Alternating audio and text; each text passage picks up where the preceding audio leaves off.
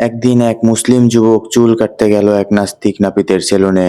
নাপিত সেই যুবকের চুল কাটার সময় বিভিন্ন যুক্তি তর্ক দিয়ে বোঝাতে লাগলো, আসলে আল্লাহ বলতে কেউ নাই।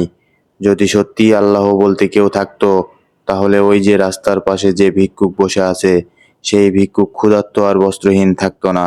তখন সেই মুসলিম যুবকটি কিছু না বলে চুপচাপ সহ্য করতে লাগলো।